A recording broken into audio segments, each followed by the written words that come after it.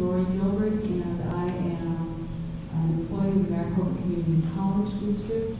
And the work I do focuses on diversity and inclusiveness, as well as leadership and engagement for employees and students. So it's a pleasure to be here with you today and to moderate and also to be available as we think about our challenges and opportunities at Maricopa with the fact that we just recently added gender identity to our non-discrimination ordinances for all employees and all students, as well as anybody else who comes to our campuses. So this is a great opportunity to think about that, and really are very grateful to the Depserado Film Festival and Paradise Valley for hosting us today. So that's my introduction, and I will have you introduce yourselves. My name is Julian Nelson. I work in the medical field at the Mayo Clinic, and I got my education at Gateway Community College. My name is Michelle Marion, and I teach sociology here at Paradise Valley Community College, and I also direct the college's international exchange program. Hi everyone, I'm Lori Bershik. I teach sociology at Shenandoah Community College. I'm also the author of a book called Transgendered Voices Beyond Women and Men. Thank you.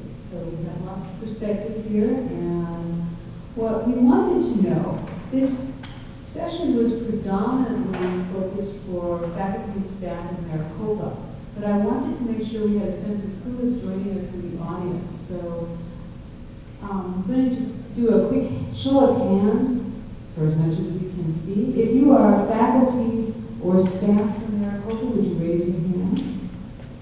Great. And if you are not faculty or staff at Maricopa, would you raise your hand? Great. And are you students within Maricopa? Community members? No. Neither of the above? Or community members. Community members, all right. Very good. Welcome. Okay. So know that we're going to have some focus here, but that will not be the only focus. So we're going to make sure we're Just so inclusive. you're aware, I'm here to actually observe the panel because I'm facilitating the panel after the movies tomorrow. Excellent. All right. Well, that helps. Okay. So you're here to kind of see what we do and what you might want to do. Good. Do you have any good questions and ideas that we should include? By all means, jump on. Okay.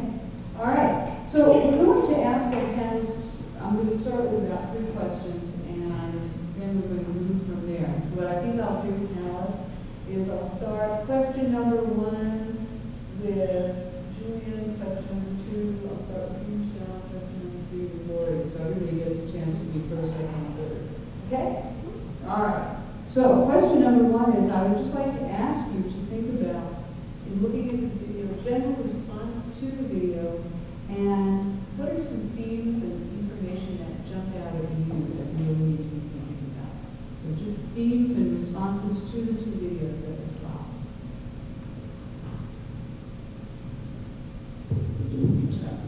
Well, for me, I think the thing that was the most glaring to me, the thing I related with the most, was Lee, the woman in the second video, with the blonde hair and the pearls, probably in her 50s, and it really resonated with me that, you know, in the first clip you see her dancing and happy and living authentically as herself, and then she speaks about how she got there, and she said she raised her children, she was in this marriage, she lived her life for other people, and she started crying. She said, you know, when all that was done, I wanted to live my life for me.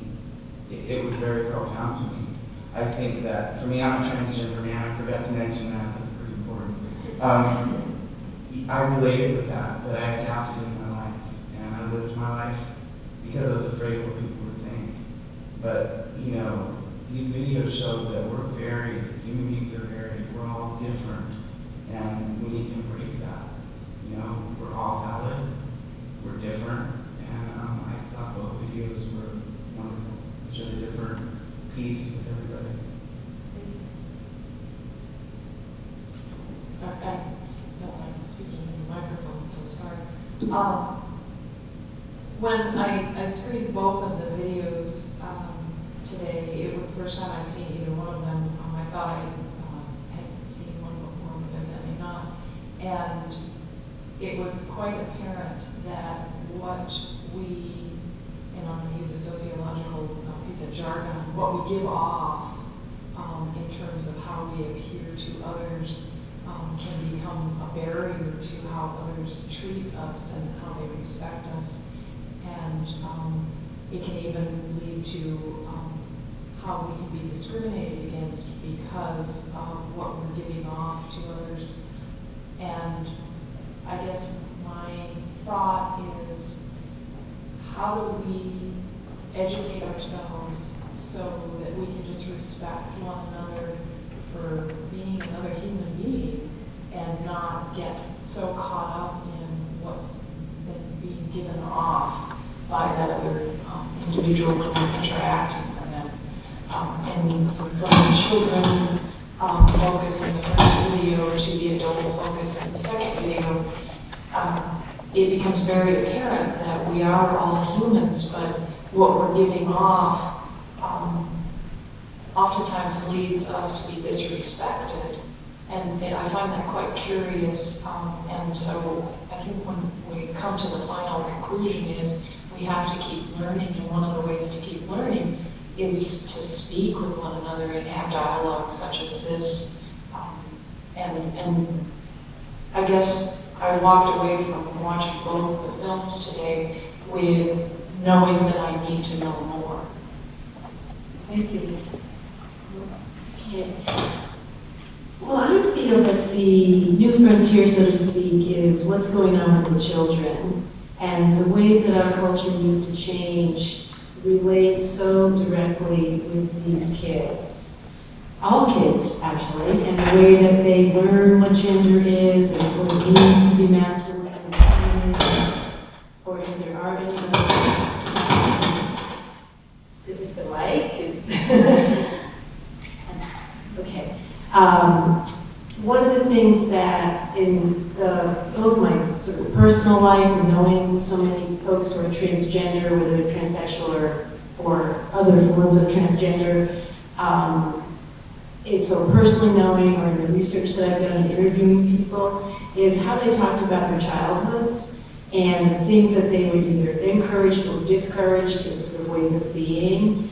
And now we have many more young people who are being listened to, and the understanding is a little different about what's going on in terms of gender identity and sort of developing the type of person and who I am.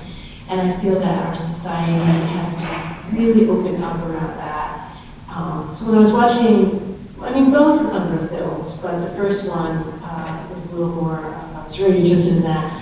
Because it fits in with a lot that I've been thinking. And if I do more writing in the future, I have been thinking about taking on, following some young people and their families. There's also cases at, of course, school, what goes on at school. There's people who are going to court for different things. So this really interests me very much, and I think it has a lot to do with the social change that we're becoming as how we will see what other people are going through and how we can support them. Thank you. I'm actually going to throw in a follow-up question before we get to my next bigger topic question. But one of the things that you've referenced already as a panel, and that seemed to be a fairly strong concept in is that whole notion of acceptance.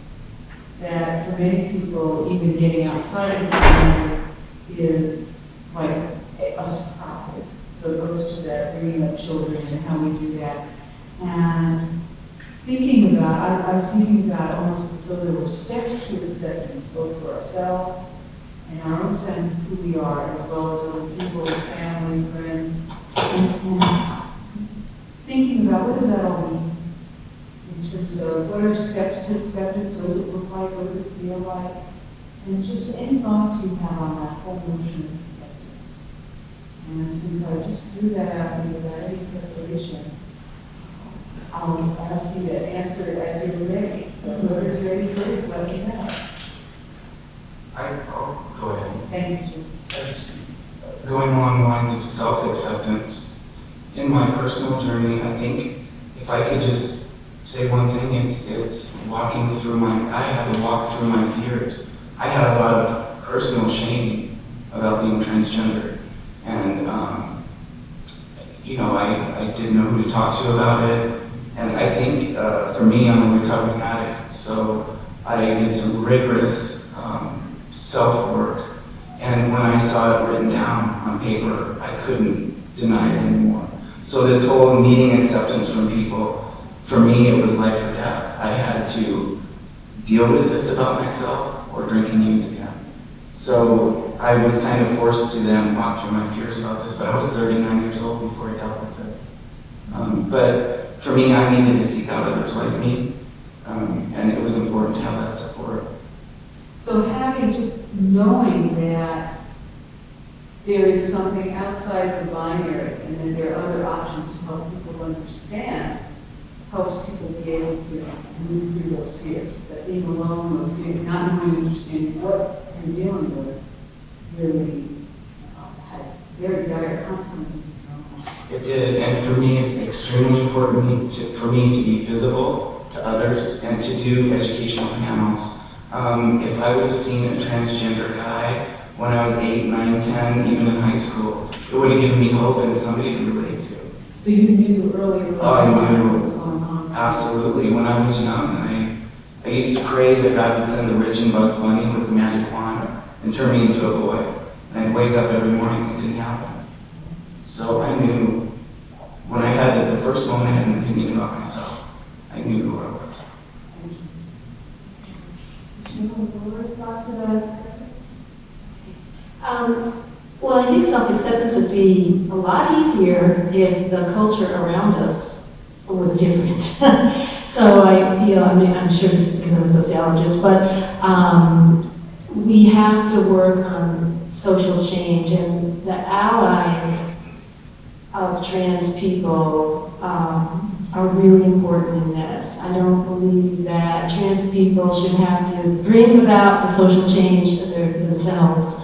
Everyone needs to be working on this, but especially allies.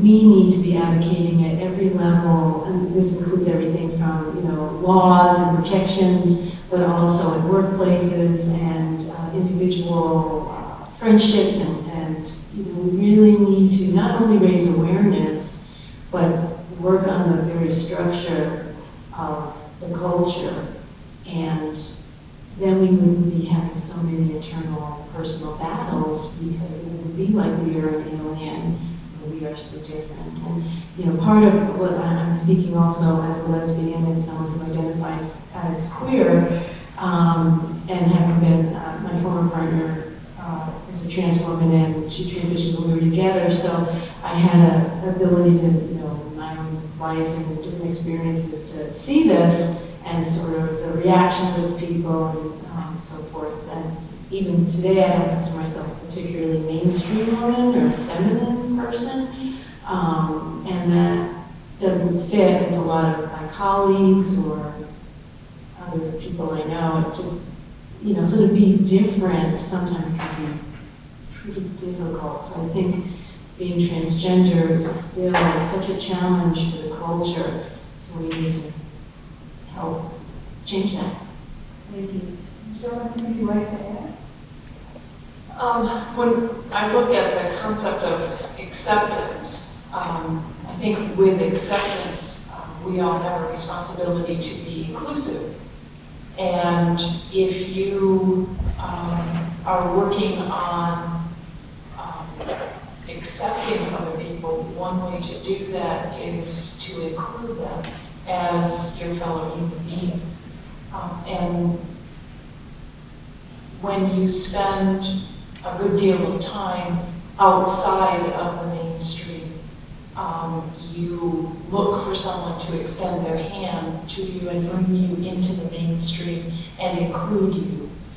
And if you are an individual who's, quote, mainstream, you have a responsibility to extend your hand. And I think sometimes we forget that.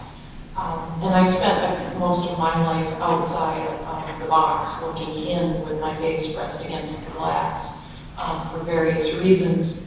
And when I find myself on the inside, I make sure that I hold the door for people coming in behind me. and that my hand is out to accept them and to bring them in.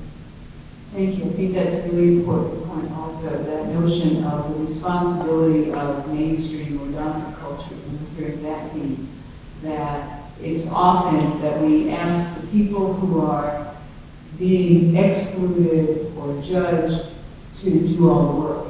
And that notion of ownership, which I think really leads us to that notion of Maricopa, just information that the idea of adding gender identity to our non-discrimination policies started back in 2003.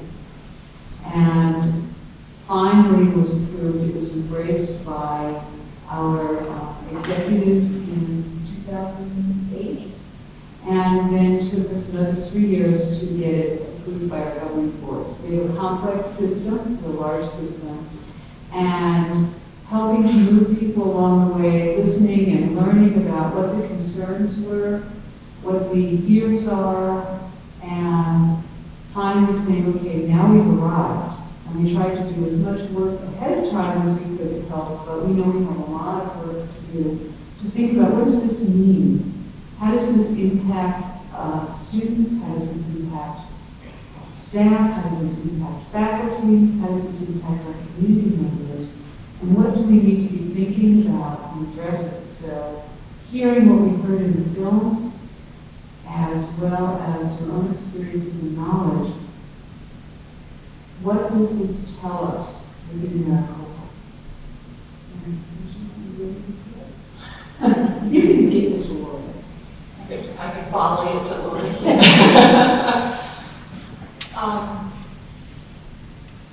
To me, this new policy that we have is a long time coming. And when I look at the depth and the breadth of the work that went into getting to where we are today, I find it astounding that it took this long.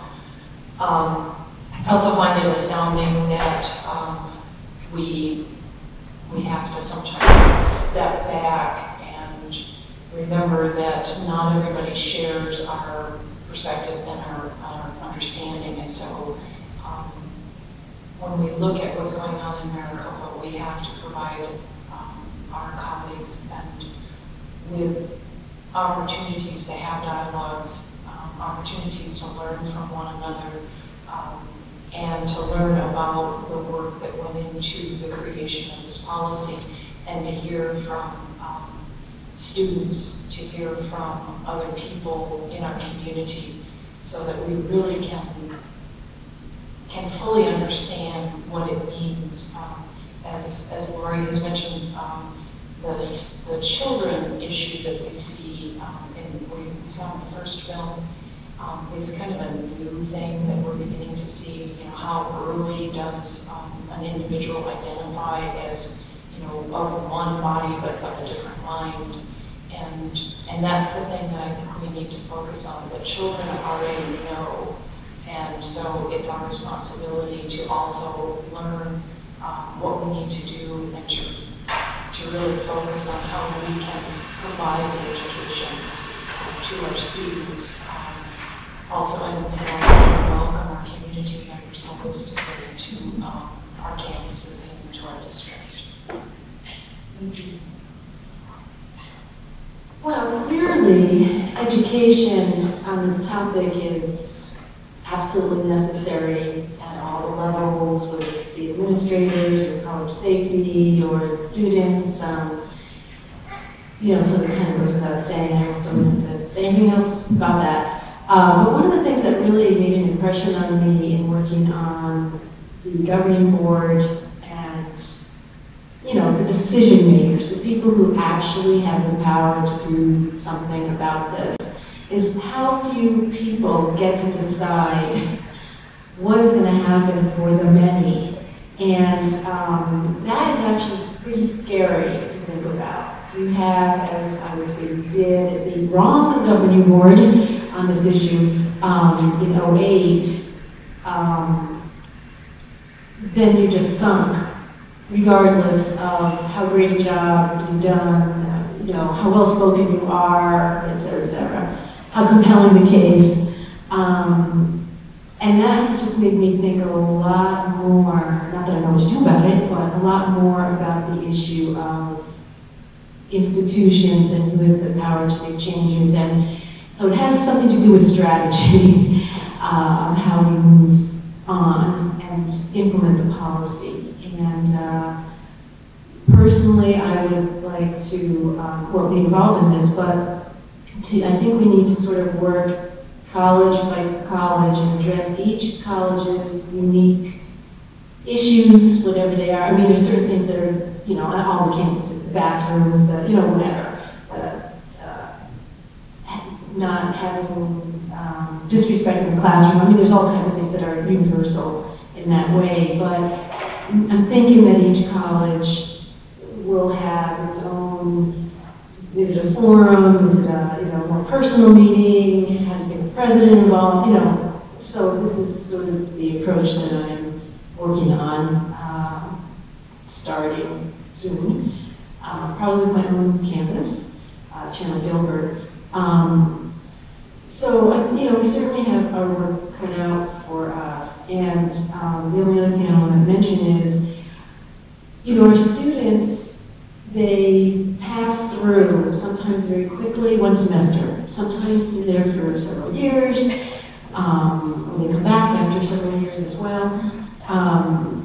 It's impossible to fully reach every classroom, every student, even every adjunct. And so it's hard. It's going to be very difficult to have people understand what it means that, you know, it is not okay to, you know, act out in the classroom, even when you have your rules around respect and all that, because some of these ideas are so ingrained, whether it's from religion or it's from, well, gender socialization. So I guess I need to have a little more patience. I don't want to have any patience, actually, but I have to have patience because it's a pretty big change we're talking about, to change the culture, even the subculture of our colleges. So I don't know, did that sound optimistic or pessimistic? But in any case, you know, I'm trying to be realistic about the challenges that are there, and I want to be part of trying to meet them. So I think that really goes with what Michelle was talking about in terms of taking time, listening, and connecting with people, and then having patience. And pointing out, I think Lori mentions and is very aware of some of the different variables. And obviously, bathrooms are one, locker rooms. We heard them in the film. The markers on people's ID cards. What name is used in the classroom. How do you get financial aid? How do you keep your academic record intact if you're going through transition and want to be called something different? What are our responsibilities in terms of how students are dealt with? Also recognizing that we have both students and employees who are trans, and making sure that we're creating an environment that is respectful and inclusive. And there's many, Lori mentioned also public safety is another arena. So really thinking about how do we have these conversations, what do we need to be thinking about from where we sit within the organization or as members of the community. You know, we're community colleges, so you're all part of us. Whether you belong to us or not, you belong to us, we belong to you. So thinking about all those different dimensions of how we do things. Interesting, I would even bring up is sports, and NCAA has come up with protocols for how do we incorporate students who are trans within our sports programs. So I would assume it won't be long before the community colleges start having those same protocols. So we've got lots of different things to do with that. So Julia, you've been a student with us. Can you tell us things related to the film, related to having a non-discrimination policy that we all think about? Sure. My experience was, you know, as I mentioned, I'm a recovering addict, so I spent a lot of my life having grand ideas about what I wanted to do with my life and never acting on it. I was terrified of the world and of trying new things. So now I'm sober, and I went to Gateway and enrolled in this sterile processing. It It was a program, not just one class. So now I'm 40 years old. I had barely transitioned a year. I was terrified of anyone knowing, so got all my ducks in a row and got my documents changed, and I was ready to sign up for school. So I went in and I applied for a student loan. Well, I was refused because I had not signed up for the draft. Something I didn't anticipate, that being born female-bodied, I wasn't required to do that. So now I'm going to have to out myself to somebody at the school because I didn't know what to do. Fortunately, I was blessed with a counselor who didn't blink an eye. She said, we'll get through this together, and she helped me navigate it the whole way. And today I have a career. I'm a productive member of society. I help people be safe during surgery. And I couldn't have done that without Deanna, my counselor. If she would have looked at me with disgust or said, well, I don't know what to do about this, I'm not comfortable with this, I would have left. The thing is, you don't know where your students are coming to you from, what place they're at in their life. There were so many things I was afraid about in going back to school. I had horrible grades in high school. I felt really old compared to the rest of the students. And then this transgender thing. If it weren't for Deanna, I would not have the job I have today. I owe my job and my life in my field to Deanna. I can't tell you how important it was that she was accepting of me. So just know you never know how you're going to impact somebody's life in the future. So from a student perspective, really understanding that a student can come up to any of us, and we all represent the organization. We aren't, any one of us who's in this room who's a Maricopa employee, which is most of us, we are Maricopa to our students. We're all of them. And I think to me that's a really profound message that Julian says if Deanna had not responded, we would not have Julian in the position where he's in today. And that's really powerful. And that's a lot of weight on each of us, I think. So I think about this as we think about moving forward. Other points, whether related to moving or not, we really want to think about as we think about moving forward to having an effective non-discrimination policy regarding gender identity at Maricopa. Where do we get to? That's my turn. I mentioned everything I was thinking of. Okay. You don't have to face it. Well, one thing, you have to keep working on it. You have to keep recreating it because of this turnover issue. And so, I have thought when we were working on this about the other non-discrimination elements and how people don't even know what they are. We don't really have much awareness about it. We don't really think about it. And so here we are kind of going to make a big deal about this one. And I think they all should be a big deal. You have a non-discrimination policy for a reason. It's not there just because somebody said, oh heck, let's just stir up a lot of trouble. It's because people are not being treated fairly. There's problems and or potential issues, and it has everything to do with safety and comfort and other things. But we need to not drop this. I feel really strong about that. And it's a challenge. This gender stuff, a lot of people think that it's just perverted or it's something sick or it's abnormal. I've certainly had some of those comments in my classes. I teach a lot about transgender issues. Every semester it finds its way in the class, and have a transgender panel almost every semester. I've been doing something for 3 in a row, and another one this semester.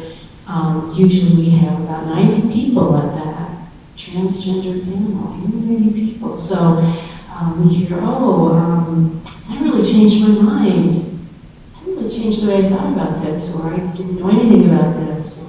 So I know it's having an impact, and we just have to keep doing this. And also identifying very specific things that have to be changed as well. What are your thoughts about what we need to be thinking about as we really step forward in life? this new area of non-discrimination at America? Well, gosh, I'm not like really politically minded, but a thought that came to me was that I feel that everyone has a right to their belief systems. If somebody doesn't believe that it's right for me to present in the gender I feel comfortable with, or use the name that I choose to use, you are completely entitled to have that belief. Absolutely. All I want to do is take an anatomy physiology class from you and be safe in your classroom. That's all I want as a student. It doesn't mean that by accepting me in your class or calling me Julian instead of Julie, that you are saying you accept me. You have every right to your belief. Just please let me have a safe education. That's all that we want. Thank you. Being the sociologist, we tend to look at things in a unique way, and I guess as I'm listening to Lori's comments and to Julian's comments and Rory's suggestions, I'm curious as to how we can solicit why you all came today to this particular event. And I'm curious as to what suggestions that our audience members have as far as what we can do to further this discussion and further this understanding, because I've seen the power that the audience brings to many events, and why they come can actually help us to shape how we can do this better. And so I'd like to be able to use the power that we have in here to learn from you all and see what we can do better. That's a fabulous segue, since that's the answer to my third question, which means we get to open it up to the audience and have you respond to what Michelle was talking about, your responses to the film, your thoughts about what we do here at Maricopa, and recommendations, suggestions, questions. And we are really going to ask you to just be part of the conversation. So we have microphones there because we are recording it for folks who could not be here today. Can we have the house lights on? Is there some reason why we can't have the lights so you all can see each other too? Can you see each other okay? Oh, this is better. Great. So we have our two folks who have mics. Just raise your hand and they will come to you right away. Thoughts, your opinions about the film. What did you learn? What do you think? Here we go. And if you wouldn't mind, you don't have to tell us more than you want to, but at least maybe your role at Maricopa would be great. Okay, hi. I'm Caroline Joy Adams, and I teach English 102 here at Paradise Valley. And this is my 5th year teaching here, and I happen to love this place because I have the best students in the world here.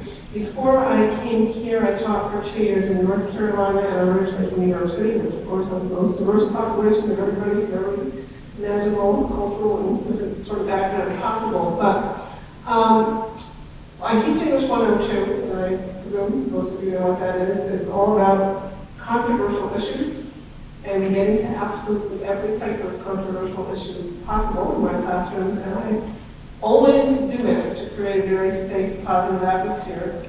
However, of course, the issue that comes up the most around this in my classrooms is like the gay marriage thing, which every year becomes more and more volatile as there's more in the news about it, and so of course those folks who have a hard time with that are usually coming from a very religious perspective, and they are very judgmental, and I always do my best to try to make sure that everybody feels heard and respected, and yet it's of course sensitive, this topic. And so, and this particular aspect of this topic is something I guess I have to say I don't know a lot about, the whole transgender issue, which I think is fascinating and important, and I feel, especially if these films are very enlightening, and I would like to have a better understanding of this myself. And also, I have noticed more in the last year, probably. I had probably 3 or 4 students in the last year who I guess I had some questions about it. They probably were in the transgender category, but I wasn't certainly want to ask them. I just always have total respect for everybody when I'm there. But what I'm wondering is if you have any suggestions, or how to handle any topics specifically in an English 102 classroom here where we do talk about controversial topics of this nature, if there are any particular resources that you would suggest or any particular aspects of it that you think would be most helpful that might be complementary, for instance, to what they might be learning in sociology or psychology, or anything that would be helpful for me as a resource to gain better understanding so that I can address it in the classroom or anything of that sort.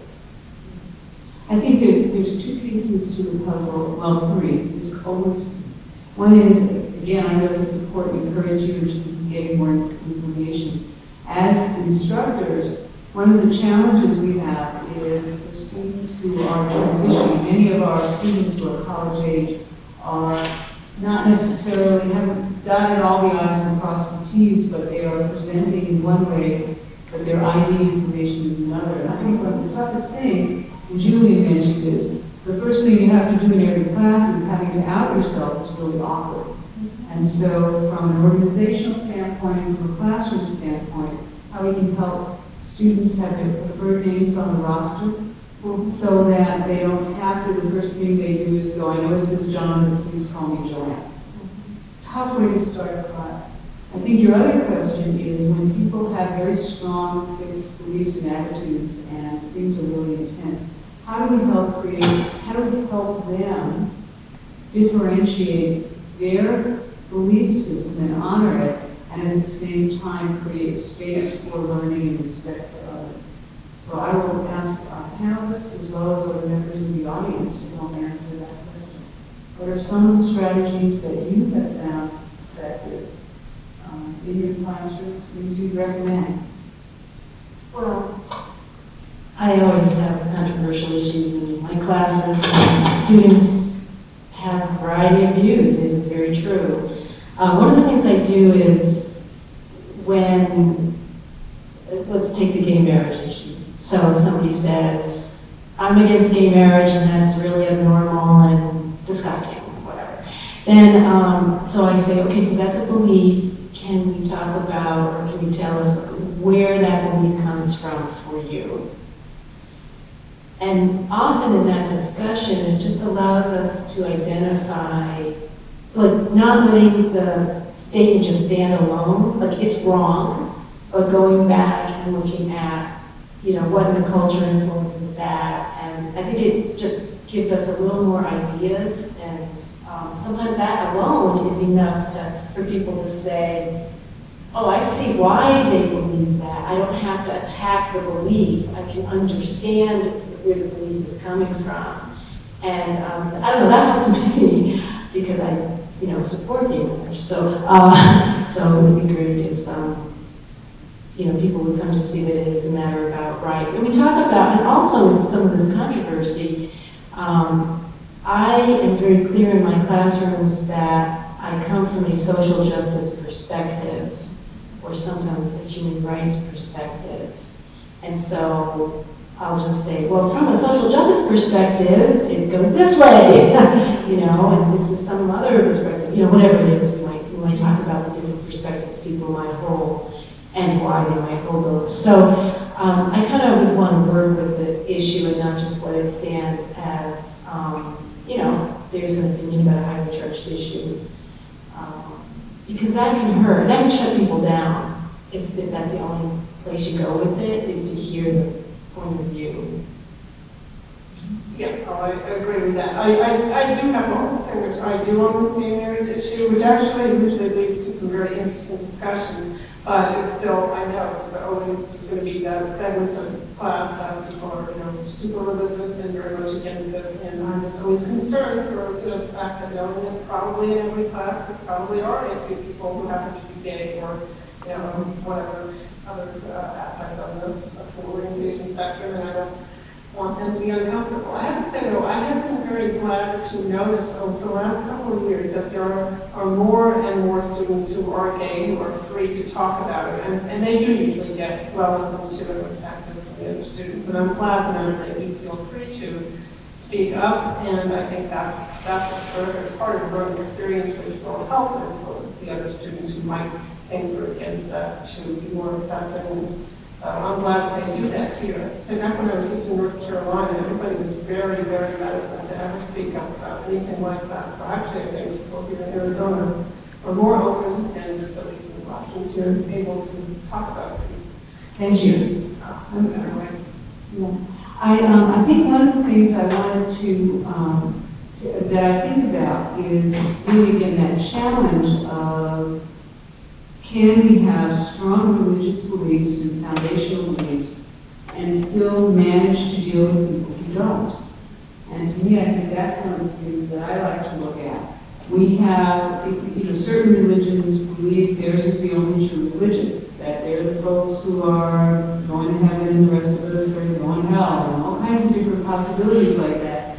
And yet, even with that, we still manage to work together, live next door to each other, go to the grocery store together.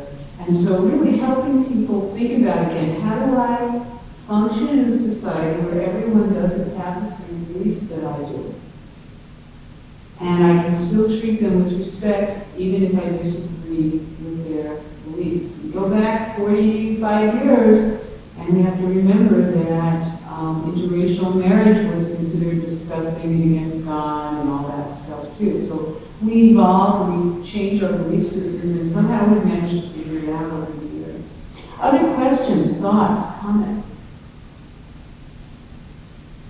I see a hand.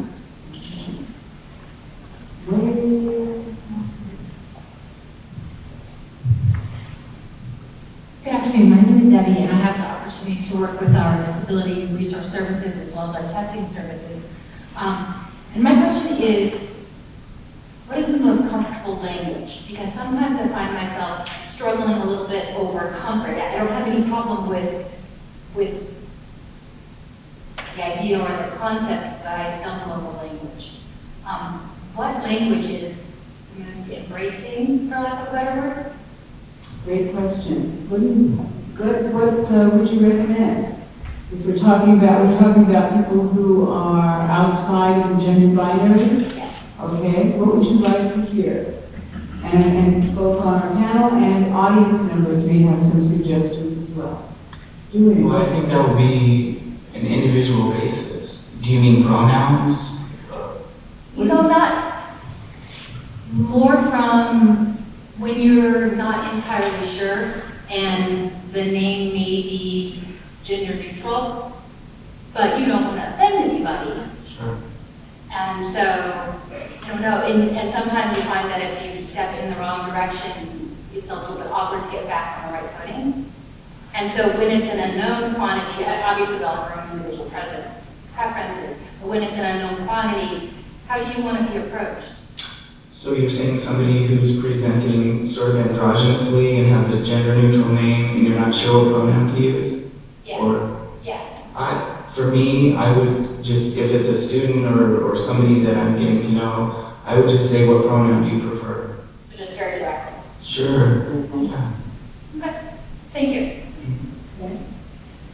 Okay, other, yes? Along the Wait, lines of, microphone's coming. Thank you for waiting. along the lines of language, I've heard queer used a couple times. I thought that maybe wasn't okay. And is that a personal thing, or is it like sort of in the culture that queer is now more acceptable? I don't know. I think I'm guilty. Well, some people don't like the word. This is true. And there are lesbians who don't like the word, and there's gay guys who don't like the word, and other people who don't like the word. But I got kind of used to it because in academia there's queer theory and there's books with and journals with the word queer in them, and I thought it was like a reclaiming thing. But actually more than that, it seems like a really accurate term when you're partnered with someone going through transition and you're kind of thinking about your identities and you're not fitting into any other categories apparently. Not that we have to fit into categories, but I mean, you do tend to fall into that trap. So I got more and more comfortable with the term personally, and it felt okay, and I heard enough people using it like, in the reclaim sense. That doesn't mean I think every word that's been negative should be reclaimed, but that one works for me. So I think we have another comment to that. Is that about that? Yes. Go ahead. I just want to tell Julie that you hear your first comment there. But queer identified is some people identify as queer identified. And so that's kind of a subgroup that I found. And it can be used derogatory. If maybe you're not part of the group, somebody's going to take offense. I throw out the word tranny, and I heard people, in emails say, "Oh, that's so offensive." And for me, it's not, because the group. So it's really not. It's mostly how comfortable you are. You were questioning about how to identify somebody. For myself, it was never. That's just not an issue. I mean, if you flub up a pronoun, that's really not going to bother me. I think a nice smile, a kind thought, a happy smile, and just being nice to somebody is going to make. That's going to pretty much trump any terminology that you use. For me, anyway, I think a lot of people are like that too. It's how comfortable you are with it. Thank you. One of the things I think we also, so one of the hints is if you're outside of the community and not sure, I'd say don't use it. And the word queer. And that there tends to be more of a generational divide in terms of younger folks being more comfortable with it and Lori being quite young. But so academia has taken on the word, and people doing queer studies also generationally, younger folks are more comfortable. I always say, when in doubt, don't do it. Don't use it unless you know that it's something that people are okay with, especially if you're just feeling your way into a new community. So, thank you. Yes? I know I'm a volunteer, but You are a member of our community. my name is Carly, and I don't really have any knowledge about much of this, but I think that when using language, it has a lot to do with context and the tone of voice that you use it in. So even if you're kind of stumbling your way around pronouns or language in a new community, even if you're not sure about it and you're using a different word, if you're not being derogatory about it, it's written all over your face. I think. And so even if the word might offend somebody, if used in a derogatory sense, if you say, "Oh, well, you're queer," well, yeah, that's going to be derogatory no matter if the word's okay, usually not, because you're being offensive about it. But if you're just using it in a normal conversation, I think that has a lot to do with the way the language is used. Thank you. I have something to say about that too. I think the most we can ask for is that people make an effort. That I appreciate that so much. And if you stumble, or my wife was the worst one calling me he at first. She said she for about a year, but she made an effort and it was hard for her. So I commend you for wanting to know and for asking. And we also have to take responsibility for our reactions to someone. If I were to react to my wife like, "I can't believe you did that again," that's about me. That's not about her.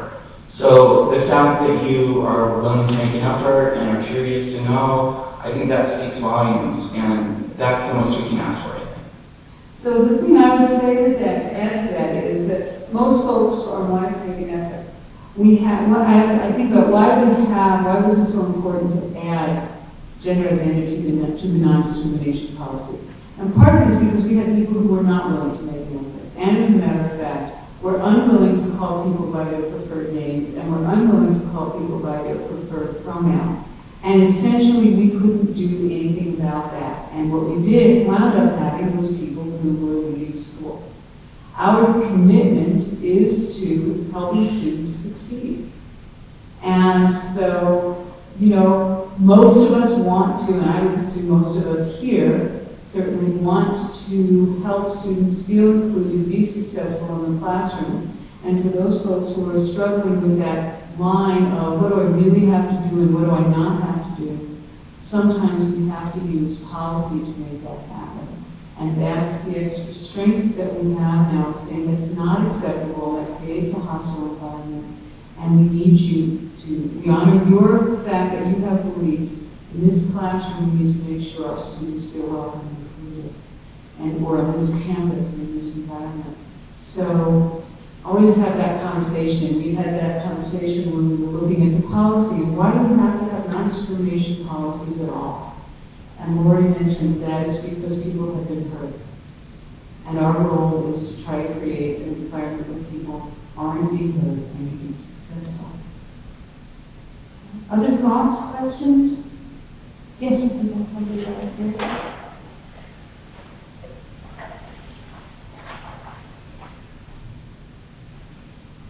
Hi, my name is Chris, and I'm at the back.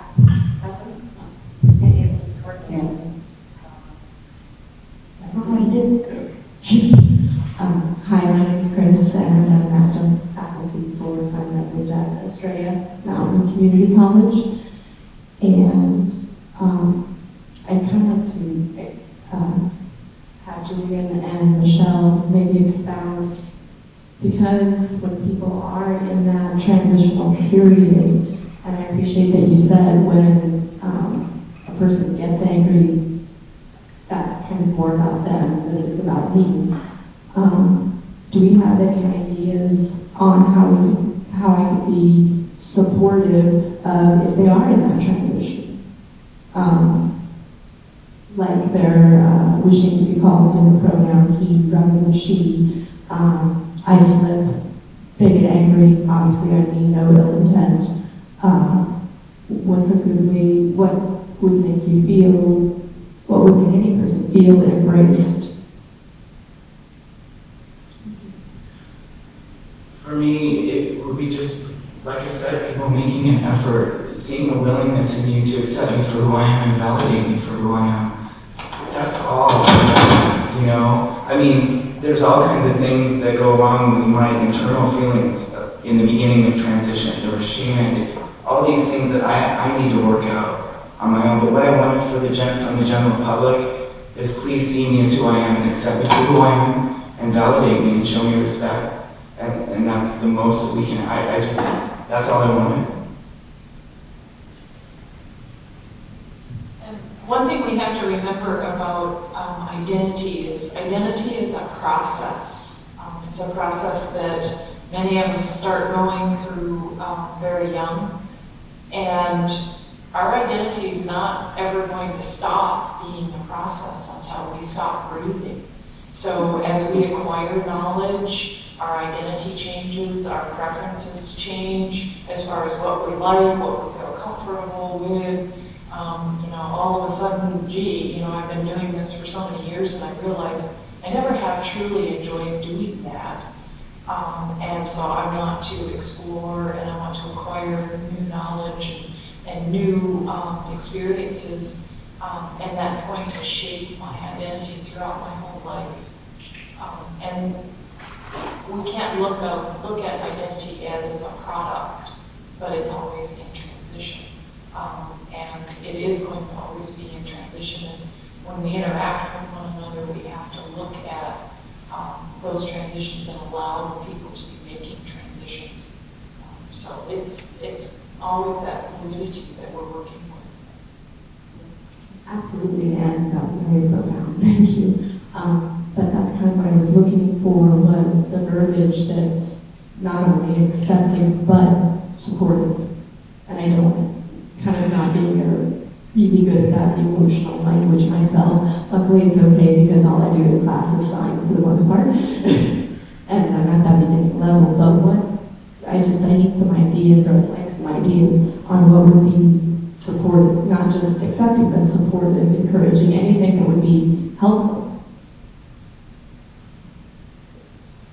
So moving just beyond just accepting and I can be nice, but really being proactive and supportive.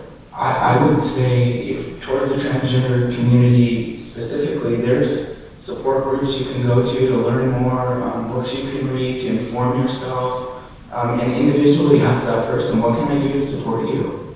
What is it that you need from me? I think going to the individual, because we're all so unique, we may want different things. I may not want to talk about it.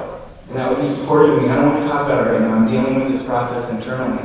Or, gosh, I have this great support group that I go to that has a meeting for support friends, family, allies. And I'd love for you to go to that. That would support me. I mean, everybody's different in what their needs are. We don't have one blanket thing that we need from you. So if you want to get more on an individual level, I would ask those students or the people that are in your life.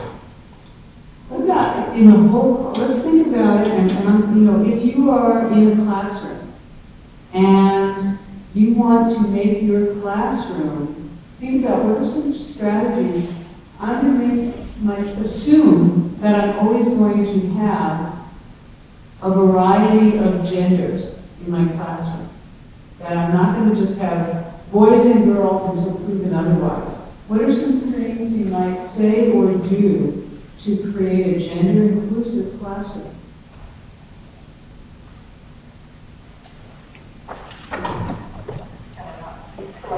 Yes, right. You have to look at it. I think just bringing the actual language in, like bringing the language of gender identity and say it in your class. Somewhere just incorporate it into the, incorporate it in.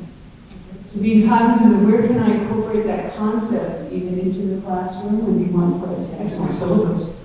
In the syllabus. Mm-hmm. Think about what we write in the syllabus. What else? I just thought of something too. Make your classroom safe. That's kind of an obvious one, but there may be things going on. A student whispering something to a trans student, like, or the way that they're interacting with them that's hostile. There may not be words involved about, be aware of what's going on with the students, just so that they're safe and they feel comfortable in your classroom. I'm Margie Gomez, and I teach Intro to Business at Chandler Gilbert Community College. I'm an adjunct professor, and so talking about diversity is very important in business in terms of talking about affirmative action. And I just want to congratulate the school for having that gender identity, adding that to the non-discrimination policy. And my suggestion was to add Parker Palmer's touchstones. I don't know how many people here have access to those, but we go through that in the syllabus, and I really stress how important it is for my students to work in teams and for them to make each other feel very, very comfortable and to create an inclusive classroom, just so that we can talk about everything that's really important and how important it is in business to create that for your customers and your employees. So I have found a context to fit that in. So that's all. Great. So Parker Palmer's touchstones as a way of creating an environment in classrooms is another suggestion, so that you have a reference point should issues come up, as you were talking about in those classes, that controversial issues is the name of the game. Having a frame of reference that you can go back to remind people about how we treat each other in the classroom. And Margie also saying that then connecting it to, this is something we need in the business world as well. This is not just for here, but we know how critically important it is to work with people who are different from us, even when we get into the work world. So, other thoughts on ideas, recommendations? One thing that I do on the first day of class, and I have to say that it's my idea because I stole it from a professor when I was in grad school. First day of class, we were all sitting there, and she came up and she looked us in the face, and she had her roster, and she shook our hand, and she said, "Hi, my name is Muriel." And I said, "Hi, I'm Michelle." And that was one of the elements that I stole from her way back when and have used every semester since. I feel that making that human contact, it also provides a space for sitting there with the roster. If their name is Philip and you say, okay, and they introduce themselves as Phil, then you can write it on the roster what their preferred preferred name is, should it not be provided to you. You've broken in that, us-them territory. You're, touching each other with a handshake. You're 3 inches from one another. I also make a name temp so that I remember to learn the appropriate name that they want to be called. Maybe they want to use their initials for first name and middle name, and that's what they want to be called. And so those visual cues for me, and then also getting into the student's comfort zone and introducing myself as another person, not just standing up in front of a classroom and professing that I'm the expert, but introducing myself as an individual to them really creates a nice warm first day. It's often sustainable throughout the entire semester because you reach that. So I'm going to just really emphasize in terms of concrete, specific strategy, rather than standing and calling out the roster to learn who people are, which immediately has to out somebody, by asking them to introduce themselves. They give you that information before anybody has to out themselves to anybody else. They just, so it can be nicknames, it can be initials, it can be whatever difference is. That's a really powerful tool. So you've got a very personal touch, and you've got people being able to own without being outed. It's huge. Any other suggestions? I also do the name tags and have them introduce themselves so that I never read a name off of a roster. I think it's a good idea. I think as well. The other thing that I do is every chance I get, I say that the binary, this doesn't work for people, whether it's the gender binary or the sex binary, and there are actually probably a lot of issues that, even though we have this westernized conception of a binary, that it's not that effective. So in the course of many classes, we will be debunking the binary. And that's, a framework sort of built in. And other classes might be as well. Yeah. Sorry if I'm talking a lot of a sudden, but if this is helpful, probably just because but I do sign language at the first level, I do the roster as according to the people song and print it and just pass it out again because I introduce, my name is actually Crystal, but I pretty strongly prefer to be called Chris. And so I just pass out the roster and ask for their signature and tell them that, like me, if they have something else, just please write it down. And I found it to be pretty helpful so that when I am referring to them, which is usually fingerspelling their name, whatever name I fingerspell on them, because I am the instructor, everybody else just follows along, and it seems to work pretty well. So the only question would be, if you're passing out the roster so that everybody sees it, and it says John and I'm Joanne, will I notice that? And if I'm sitting behind, will the person behind me have so that would be one thing I think about, is because it becomes public information. So just something to think about is how else can you do it? And I understand in terms of the finger spelling, how helpful it would be to have names and things. So, but if they say it, is that outing as well? I mean, they have the choice not to out. They can go to their initials if they prefer, but having to say it's also an out. So I guess something to think about is, if we're passing out the roster, does everybody get to see everybody else's names the way they are officially listed, and can that be an issue? So I'm going to ask our folks who have to deal with that. If you were transitioning, you were in college, and it was Julie on the roster, and you wanted to be seen as Julian, and you passed it out, would that have really concerned you? Yeah, that wouldn't mortify me. Well, and I didn't even, I thought that's a great idea when you mentioned it, then I get to put what name, but I didn't even think about that. My name was already changed when I went to college, so I didn't have to worry about that piece. But yeah, if somebody else saw it, the idea of strangers knowing about this was terrifying to me. I would have preferred to just see you before class and say, listen, will you please use the name Julian? I prefer that. And that would have been scary. But the idea of everyone seeing it, I wouldn't want to see them again. I wouldn't have wanted to see those people. But then is it okay to call you from that point on Julian in the classroom? I mean, Yes. Julia, but not Julia. Yeah. no. Right, yes. So, yes, absolutely. So the point, are we not making sense? Well, let's get it clear, because and I will tell you that I am struggling a little bit with your mic, so I'm not understanding. So if I'm misunderstanding something, help, be patient with that, because I think we're getting we may be getting mixed message. So help us out. I know where the problem is. Yeah. I apologize, I think maybe I'm misunderstanding.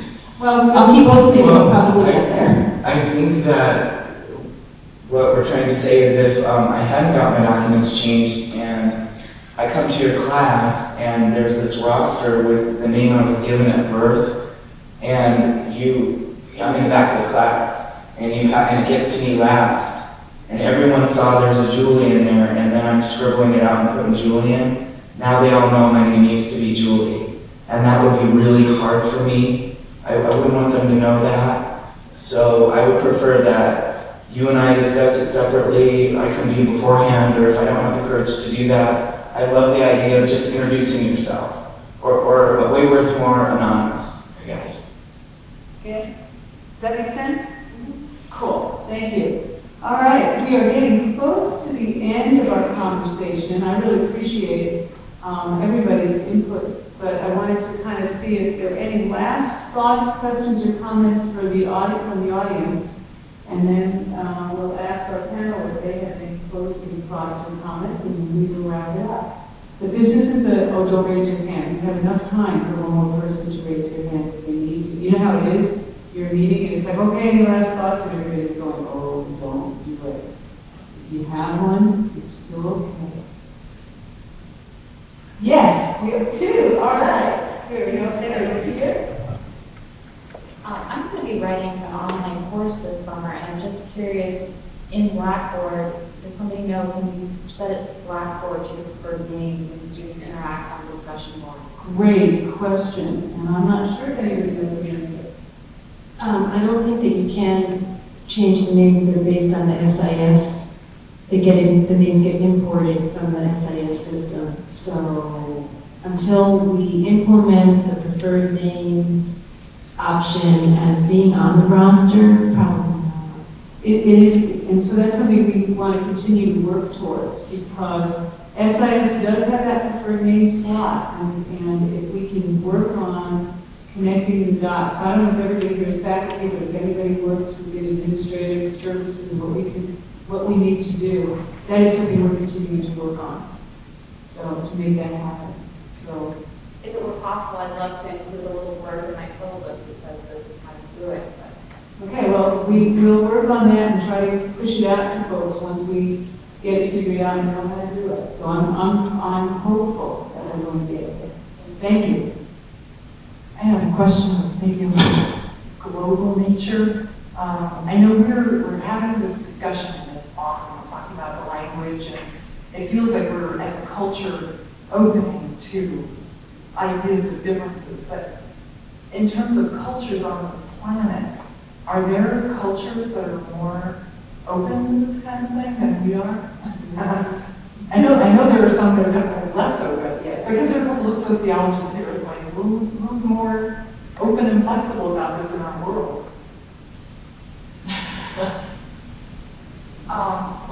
Just for example, Native Americans as a whole are much more open to I would say, the masculine-feminine continuum. And if you look at Native American culture across the United States, across Canada, it is quite open and quite fluid. And it may have something to do with, it's not a patriarchal culture, it's more of an egalitarian culture. There's natural lineal patterns in Native American cultures, and so it's a very, very different continuum than what we're used to in this, what we call mainstream type of world. So that's just one example, but you could go to even some cultures that might surprise you, such as Saudi Arabia, such as India, and there's a long history of masculine, feminine continuum of gender being accepted. And it would be surprising to many of us. It's like, well, we think of those as being much more rigid and actually they're more open and accepting of Any other thoughts on that? Great question. Because I think that's part of our learning process, because we think that this is just the way things are. And looking at different ways, and I can't remember the society, the country where it was a very strong dominated patriarchal society culture. And Michelle, you might remember that if the family did not have a man, a patriarch in the family, a woman would take on that role, otherwise the family would have to be divested. And everybody, do you know the name of that? Yeah. Is it Armenia? I think it might have been Armenia. It doesn't happen that now, but well into the 20th century, I think you're right.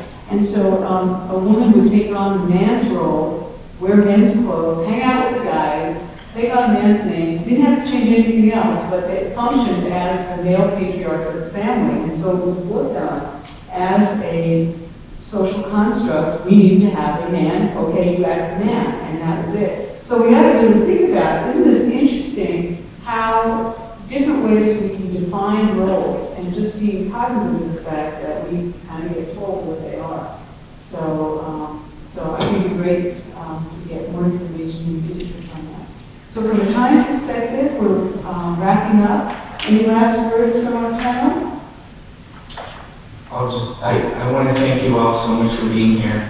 I want to tell you one of the biggest fears I had in starting this transition is that nobody would understand. And then I would kind of be walking through life alone, and people like you have made a difference in my life and made it a lot easier road for me. And if I can leave you with one statement is, again, you have no idea how much you impact somebody's life, and you can really affect a student's future by being in their corner and backing them up and being supportive to them. So thank you. Thank you. I'm not going to even try to follow up No. on that. So what I do want to let you know is, as you go back and you need more information and support, that certainly reaching me, Rory Gilbert, and I'm at the district office, you can find me through that. Also, Equality Maricopa is our employee group that provides support and education about and to and for our LGBTQIA community. And so that there are resources available to you so that you also are not going it alone. This is a learning continuum for all of us. So thank you again for being here on a Friday afternoon. We're really, really grateful.